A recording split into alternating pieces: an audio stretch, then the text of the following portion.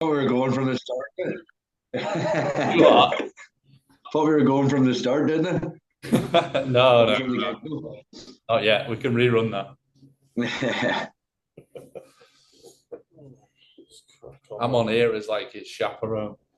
Is his first, is his Hey, personal Personal don't be time. hitting me with too many questions. got Josh's PA here as well. Oh, Agent, whatever you want, really. whatever, everything. Oh, that's cracking up, man. I'll throw that back in. Yeah. Hello and welcome to Hull Seahawks Behind the Curtain, episode 53. We did promise we'll be back with another of Tommy's decor teammates, and we've got our favourite Northern Irishman. We've got Josh Hodgkinson joining us. How are you, Josh? Yeah, not too bad. I'm glad to be on. Like I said, a few computer issues, but we've made it. So thanks for having me on, guys. We've made it. I think that's his personal assistant, Callum, there helping you out. Callum, something for Matty on this one? Yeah, thought it was a good fit with me picking him up most weeks during the season and stuff from the airport. So we'll have a good bit of fun and a good bit of a chat, I'm sure. Yeah, definitely. Well, they got a bit of a tan going on there as well, Josh. How's the summer been so far? Yeah, it's been busy, mate. It's been brilliant. It's nice to be at home at the weekends and spend time with family. But not only that, I was away at the wedding a week after the awards night, so nice to get a bit of a break and relax with my partner. Unfortunately, she didn't have so much of a relaxing week being pregnant, but we got home safe and everything's good. So yeah, I mean, it's been brilliant to be home and still skating and staying in the gym, mate. So bit of everything, bit of a change of life again, but it's nice to be home for a while. And Callum, I'd normally throw this over to Matty, but someone obviously, at the rink pretty much every week, most practice sessions, most games. How much of an impact has this guy had coming into the team over there? Obviously, mainly last season, obviously we got a glimpse in 22-23, but the efforts this guy put on the ice on the last season. Flipping it, asking me about ice hockey, about the game. But yeah, no, I think it was something where obviously when Josh came from Whitley and stuff, obviously filled the gap at the time, and it was really tough with the commitment, like you said, obviously away from family and traveling in and stuff like that. But from a point of view of what he's done this year. Well, I say this year, next year. I don't know when the crossover is, to be quite honest. But this last season just gone, nothing short of now what I believe is a fan favourite. He does everything that you want him to do. He gets in the nitty gritty areas. He stands up for his teammates, and yeah, he's obviously been putting a few points up this year. So I'm not sure he's been able to count all those towards the end, but I'm sure point production wise, it's something that he'll have been really proud of. And yeah, you see his name regularly and stuff on social media, and yeah, he's getting all the credit he deserves because he's really progressed in his game and really matured. So it's fantastic to see. So, how happy were you with last season, Josh? Of course, a bit of a broken year the year before. After pretty much played every game for the Leeds Knights, didn't you? Sort of on their first championship winning season. It's to then have that broken up season, to then find yourself obviously team you kind of knew a little bit, obviously from the few weeks of the season before, but playing 35 regular season games, getting a lot of time under your belt, sort of what your thoughts on the year just gone. Yeah, well, the years in Leeds, there was one of maybe four guys that never missed a single game all season, and then the following year kind of struggled a bit through injury. Blocked a shot in somewhere that it's not the nicest place to get one. Kind of came back, didn't really feel myself. Bit hesitant on the like with getting blocking shots and things like that, and just didn't really feel right at the time to be away from home. I had a lot going on at home with my situation, with, like obviously my family and things like that. So just didn't feel right being away every week and kind of leaving them, to clean up the pieces. But with that time away from hockey, it kind of made me realize like it's all I really had going for me. I've been playing since I was four, so with not playing it, it kind of brought a lot of realization that how else do you spend your weekends and what else do you want to do with your life? So when Matty had texted me, I was actually coaching kids in Belfast, and he says, I only need you for a couple of weeks. And I just, everything just clicked into place, it fell right at my feet. And I came back and I said to Matty myself, I was like, I want to be here for the rest of the season. We both kind of said the same. It was fantastic, mate. Like, everything just never played hockey like I have last year. Everyone in the changing room, made a good bond. And from the short stint I had the year before and the year with Leeds, I would definitely say last year was the best year I've had playing hockey, in the National League.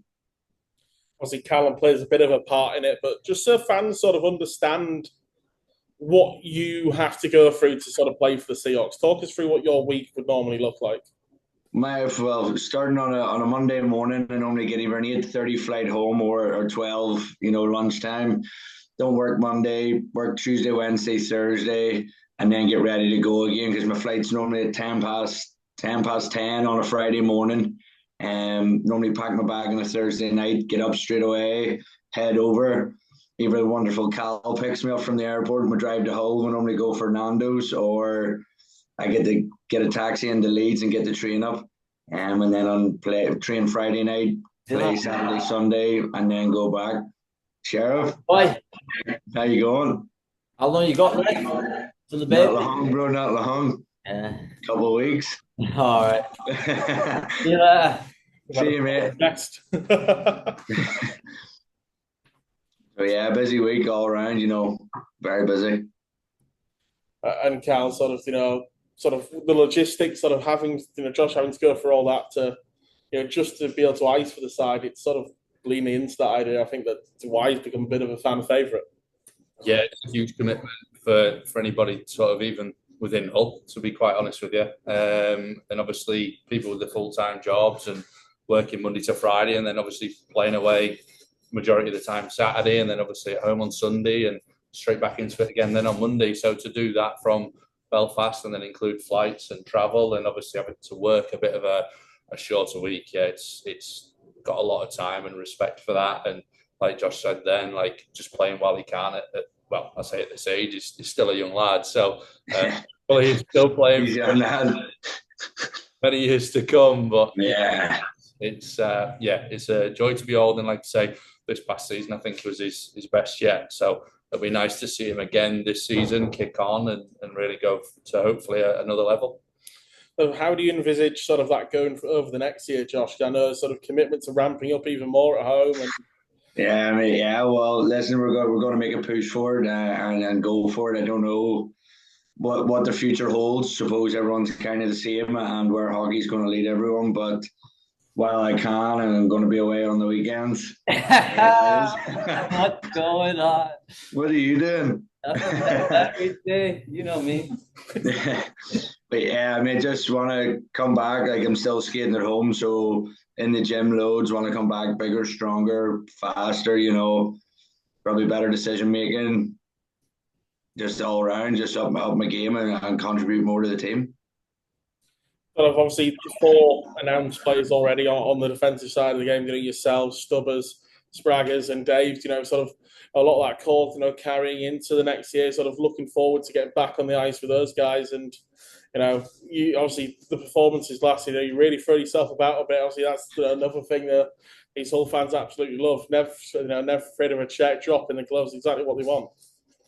Yeah, well, just kind of my style. I think it gets me into the game a bit, whether a big guy hits me or whether I hit another guy, kind of keeps you on your toes and maybe makes your awareness a bit more if someone's kind of chasing around the ice after you. So I think if you can get that early into your game, a hit or just something physical, it kind of puts you in your skates a bit more and makes you into the game. Sort of obviously we've seen, over the last few years, with yourself playing, for Leeds and then, over the year and a bit with Hull, the league's changing pretty rapidly, isn't it, Josh? So what's your thoughts on sort of how it's going at the moment? I think from what I've seen so far, every year the league gets a lot stronger and a lot more even. But I think there's been a couple of signings this year with elite league players, coming down a step. A couple of Great Britain players, coming down as well. Things are only going to even out even more across the league and make it tougher for everyone. The first couple of years, there was a big divide, and as that divide has started to narrow out, it's became a very even playing field, and every team starting to take points off, anyone on any night, and it's down to who's showing up on that night that's going to win the games. Sort of how much have you enjoyed your time in Hull? Because, you're one of the players that, we see pretty much every Sunday night up in the bar, mixing it, with the fans. sort of, just having a chat, signing things. The fans absolutely love to see you up there. But how much have you enjoyed sort of that time in Hull? Well, yeah, I've had a ball in Hull. I always do. Like I said, I run on a Sunday night. I've got nowhere to go except for the cats, so I might as well go upstairs and have a beer, and speak with fans. They give us a lot of time and effort and their money to come and watch it. So to spend 10, 15 minutes upstairs having a chit chat, it's free to me and it means a lot to them. So listen, that'll go on every Sunday until I can. Great cracking, again. Yeah, he's a good lad to be to have around for sure. He certainly lights up the room and says a damn thing or two sometimes. But yeah, wouldn't change him for the world. But that locker room, obviously, you're part of, with the Seals, Josh, sort of that group of guys. You came in, you fit in instantly. With the guys, you can see sort of the atmosphere. How much does that mean for you to sort of, be part of it, enjoying it? You can see sort of how much you enjoy it. Well, hockey's a serious game, and everyone wants to win, don't they? So having that serious mind when it's needed is vital. To any sort of success, but also being able to come into the room and have a joke and have a laugh. And quite a lot of boys, like we would go out on a Friday after practice for food, and it's good to have that bit of time away from the locker room where we can have a joke and we can have a bit of a laugh about things that have went on. But then again, like I said, when it's time to turn it around, we know when to be serious. I'm sure seeing the faces you've seen to the leadership team who popped behind us a moment ago, they'll be happy with the answers as well. But Josh, sort of looking ahead, sort of to next year, sort of what are the aims? Obviously we spoke about this with the guests we've just had on in the last couple of episodes. With Geordie, with Tommy Spraggs. It's that aim. It's got to be a trophy, and it's what the whole fans want. It's what Matty wants. It's what you guys want. Well, it's been a couple of years coming. There's a lot of players in that room that have won silverware, including myself. And it's completely different. To win something and the feeling when you win something, it's irreplaceable. You can't match it.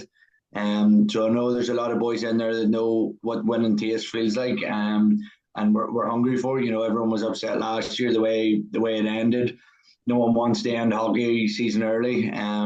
But unfortunately it did. So I think there's a wee bit of a fire in the stomach this year, and a couple of boys are going to come out a lot hotter. And hopefully, last year was a bit of a bad streak. If we can smooth those out and just steamroll all year, you're in for a good chance, and you maybe be looking at something. And obviously that trying to win eventually, hopefully, picking up silverware means more when you're obviously doing a place you enjoy playing hockey with a group of guys. Obviously that just wants to work as one, and that seems to be what the guys are striving for. Well, that's it. At the end of the day, I've seen guys on the bench to pick other guys up. Minutes, everything in hockey is different. Everyone has a different role on the team to play. Whether you play 30 minutes a night or whether you play 3, like everyone has their own part and their own role out there. So just about keeping everyone upbeat, everyone involved, and buying into what the Seahawks are. We want to win silverware. We're not here to take part. We do want to win. And I suppose it's just everyone being on the same mentality, which I think everyone right now is on the same sort of key. Everyone wants to win, and you got to bring something home to the Hull eventually. Obviously, looking, you and your part in that room, you're one of those guys to say, we see you around the rink, always, happy, bubbly. I'm sure there's some funny moments over the season. Any, what's the best story you can give us from last season as a Seahawks, Josh? Go on, I can see a wry smile. I don't know if these should be on camera or not, but yeah, we've had a couple of good times. Callum to the side. there's been a couple of late nights where we came home from a road trip, maybe went out for a few beers, and ended up in Napoleon's. But there's a couple of other ones that we'll maybe not mention on the camera. It's probably best for that way. What I want to know, Josh, this is just my one question, is how on earth did you not get banned against Bristol? That's what I want to know. Fantastic question. You're asking the wrong person. I think I escaped very lucky. Heat of the moment sort of decision. Seen a guy jump on a teammate and unfortunately let the ginger inside me take over. So pretty shaky bus trip home because I didn't know whether I was going to be playing the next day or not. But listen, I played the next night against Leeds, so it was fantastic. And I say on that situation, I think it's got something to do with the camera work not quite picking up half the incident. Yeah, But I think Bob distracted me. I think Bob distracted me pretty well with the camera. I think at the point that was going on, Bob was throwing pieces of equipment at coaches. He helped me out. Taking one for the team. I think that's what the guy who wears the C should do, isn't it? Proper captain material. Yeah, definitely. Well, Josh, it's been an absolute pleasure to have you on Behind the Curtain, joining us from home. Great chat. Looking forward to seeing you back in August, and I'm sure you are the same. Yeah, I can't wait to get back over this. And it was nice to have a break for it. It is, but still skating, and weekends are only getting longer and longer. So can't wait till I'm back in the airports every week, and I'm flying over to be a part of something special. I'm sure the airports are looking forward to a regular customer, and Callum's looking forward to making some journeys again. So. Yeah, definitely. In fact, that's a story. That's a funny story. When we were going from the airport rushing to practice, and Cal's accelerator broke. Oh yeah, on the car. On cruise control. Yeah, so we had about an hour left in the journey. We just got onto the 62. So for the playoffs, Josh started to come on Thursday nights instead of Friday, so we got an extra practice session in. So I went and picked him up, and then on the way back, got on the 62, went to accelerate. Nothing was happening. And it was just like, I was ready for obviously going into the hard shoulder type thing, and hazards on, and Josh was like, no, like, put it in cruise control. So we spent an hour, the rest of the journey, even going like off the roundabout towards Smith and Nephew in cruise control. Obviously not the same speed as a motorway. But yeah, we went all the way to the end. And we made it to practice. Yeah, we did, yeah. Made it to practice. Yeah, got the car sorted, got the car fixed. Shout out to Pro. Yeah. But yeah. Was he not there looking for the car in the first place? So. Yes, but they fixed the problem the next day. So the full part of cars. I see all the sponsors getting a name drop in these episodes, aren't they? Yeah, just big shout out to the Weddington Cat, regardless of anyone. The Weddington Cat helped me out a lot, serious times last year. Every week without a doubt, they had a room waiting there for me. So thanks to Jill and stuff over in the Weddington Cat, and that's one thing I'll always be grateful for. I never bite the hand that feeds, but they definitely helped me out loads last year, and for that I'll always be grateful. It's been an absolute pleasure, Josh. Looking forward to seeing you very, very soon back here at the Hull Ice Arena. Yeah, thank you very much, guys. All the best. That's been episode 53 of Hull Seahawks Behind the Curtain. Josh is a very busy guy this summer, isn't he? He's got a lot on, so he's jumped off already. But you can make sure you like, share, follow, and subscribe to the Hull Seahawks YouTube channel and Behind the Curtain. And we'll see you all very, very soon.